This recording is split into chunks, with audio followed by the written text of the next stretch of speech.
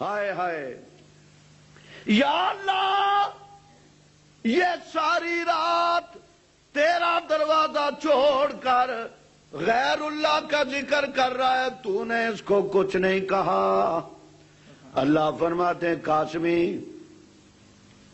ایک دن ابراہیم علیہ السلام کئی دن ہو گئے مہمان نہیں آیا تو روٹی نہیں کھائی۔ آپ بھی مہمان نوازی کیا کریں، مہمان کو دیکھ کے دروازہ نہ بند کر لیا کریں، بچے کو نہ کہہ دیا کریں کہ کہہ دو بھائی ابا جی کہتے ہیں کہ ابا جی گھر نہیں ہے۔ سرکار فرماتے ہیں مہمان کی عزت تکریم کیا کرو۔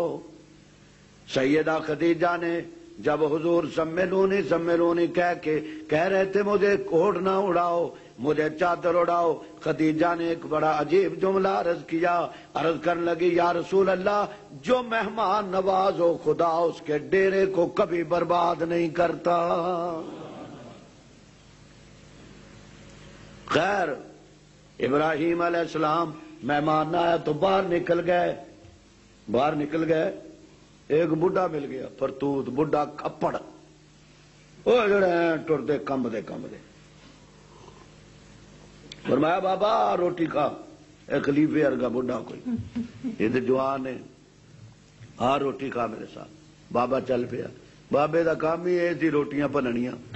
بابا چھابا دو لفظ ملتے جلتے ہیں۔ آ گیا ساتھ دسترخوان پہ بیٹھ گیا، جی کھائیے، کھانا شروع کر دیا۔ ابراہیم علیہ السلام کو غصہ آ گیا، فرمایا بابا اٹھ، بازو پکڑا، دروازے سے باہر نکال دیا۔ اللہ نے فرمایا جبریل لبیک یا جلیل، میرے خلیل سے جا کے پوچھ اس بڈھے کو اپنے دسترخوان سے کیوں اٹھا دیا۔ عرض کیا میرے رب میں کئی دنوں سے مہمان کی تلاش میں تھا، آج یہ آیا، میں پکڑ کے اسے اپنے دسترخوان پہ لے آیا، طرح طرح کے کھانے پکا کے سامنے رکھے، اب اس کو جو میں نے کہا کھانا شروع کرو اس نے تیرا نام نہیں لیا، کھانا شروع کر دیا، میں یہ کیسے برداشت کر سکتا ہوں میرے دسترخوان پہ تیرا نام لیے بغیر کوئی کھانا شروع کر دے۔ اللہ تعالیٰ نے فرمایا ابراہیم جی رب جلیل، فرمایا اس بوڑھے کی عمر کتنی ہوگی کوئی 90 برس۔ فرمایا ابراہیم اپنا حوصلہ بھی دیکھ، میرا حوصلہ بھی دیکھ، تیرے دسترخوان پہ ایک دن آیا میرا نام نے لیا، تو نے دسترخوان سے اٹھا دیا، 90 برس ہو گئے، اس بے ایمان نے کبھی میرا نام نہیں لیا، لیکن میں اس کو روٹی کھلانے کے لیے تیرے جیسے نبی کے دسترخوان پہ بھیج دیتا ہوں، یہ آج کچھ نہ کہے قیامت کے دن پھر میں پوچھوں گا اس کو کہ لمن الملک اليوم، آج بتا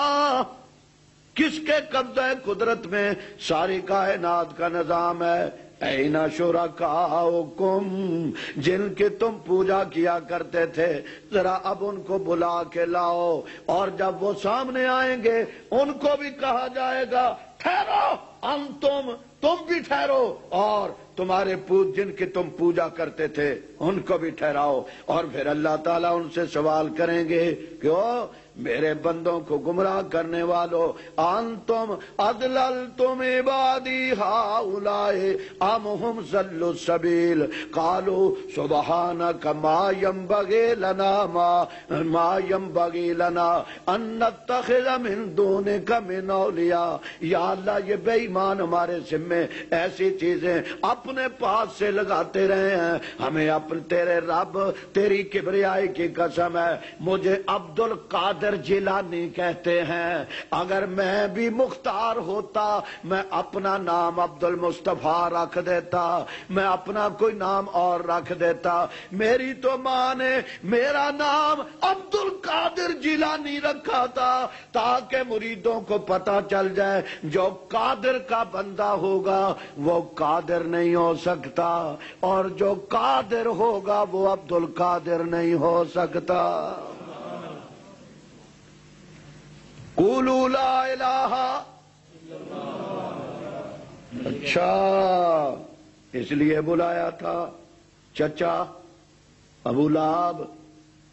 یہ حضور کی پیدائش پہ بڑا خوش ہوا تھا، میلادی تھا یہ پہلا مکے میں۔ اس نے ایک لونڈی آزاد کی تھی اور بڑا خوش رہتا تھا، میں قربان جانی تیرے بے ایمانہ۔ یہ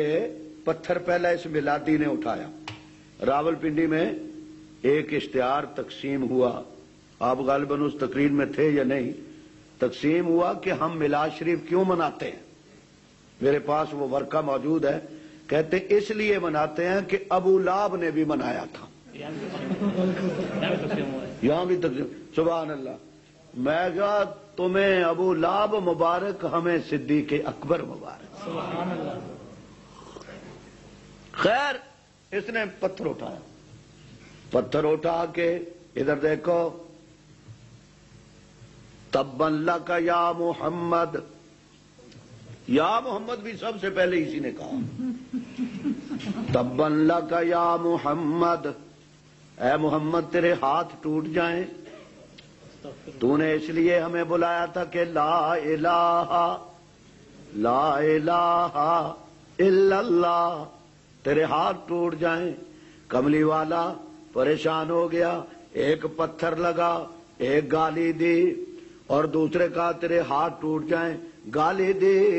ابھی پریشان تھے، آنکھوں میں آنسو بھر آئے۔ اللہ فرماتے میرے حبیب فکر نہ کر، رونا، میں تجھے تسلی دیتا ہوں، یہ بے ایمان جو تجھے گالی دے رہا ہے، تبًا لک یا محمد، تیرے ہاتھوں کو تو کوئی نقصان نہیں کر سکتا، میں تیری طرف سے خود جواب دیتا ہوں، تبت یدا ابی لہب وتب۔ توحید کی تقریر کے بعد اگر گالی نہ دی جائے، سمجھنا تقریر کی ہی نہیں۔ سارے دبئی والے کہیں جی مزہ آ گیا، سمجھو نہیں، مسئلہ کوئی نہیں بیان کیا، اور اگر 10-15 کہیں یہ بڑا بے ایمان ہے، یہ بڑا فلانا، یہ گالیاں دیں، تو میں سمجھوں گا کہ آپریشن صحیح ہو گیا، ٹانکے ٹھیک لگ گئے، مرم پٹی درست ہو گئی، لا الہ سرجری ہے، سرجری چیر پھاڑ ہے، لا الہ پہلے اندر سے گند نکال، پہلے اندر سے لات نکال، عزا نکال، ود نکال، یغوث نکال، یغوث نکال، نصر نکال، یہ قبروں کی پوجا نکال، غیر اللہ کی پرستش نکال۔ جب یہ تیرے دل کی دنیا خالی ہو جائے، صاف ہو جائے، پھر الا اللہ کا بوٹا لگا، اور جب بوٹا لگ جائے پھر محمد الرسول اللہ کا پانی ڈال،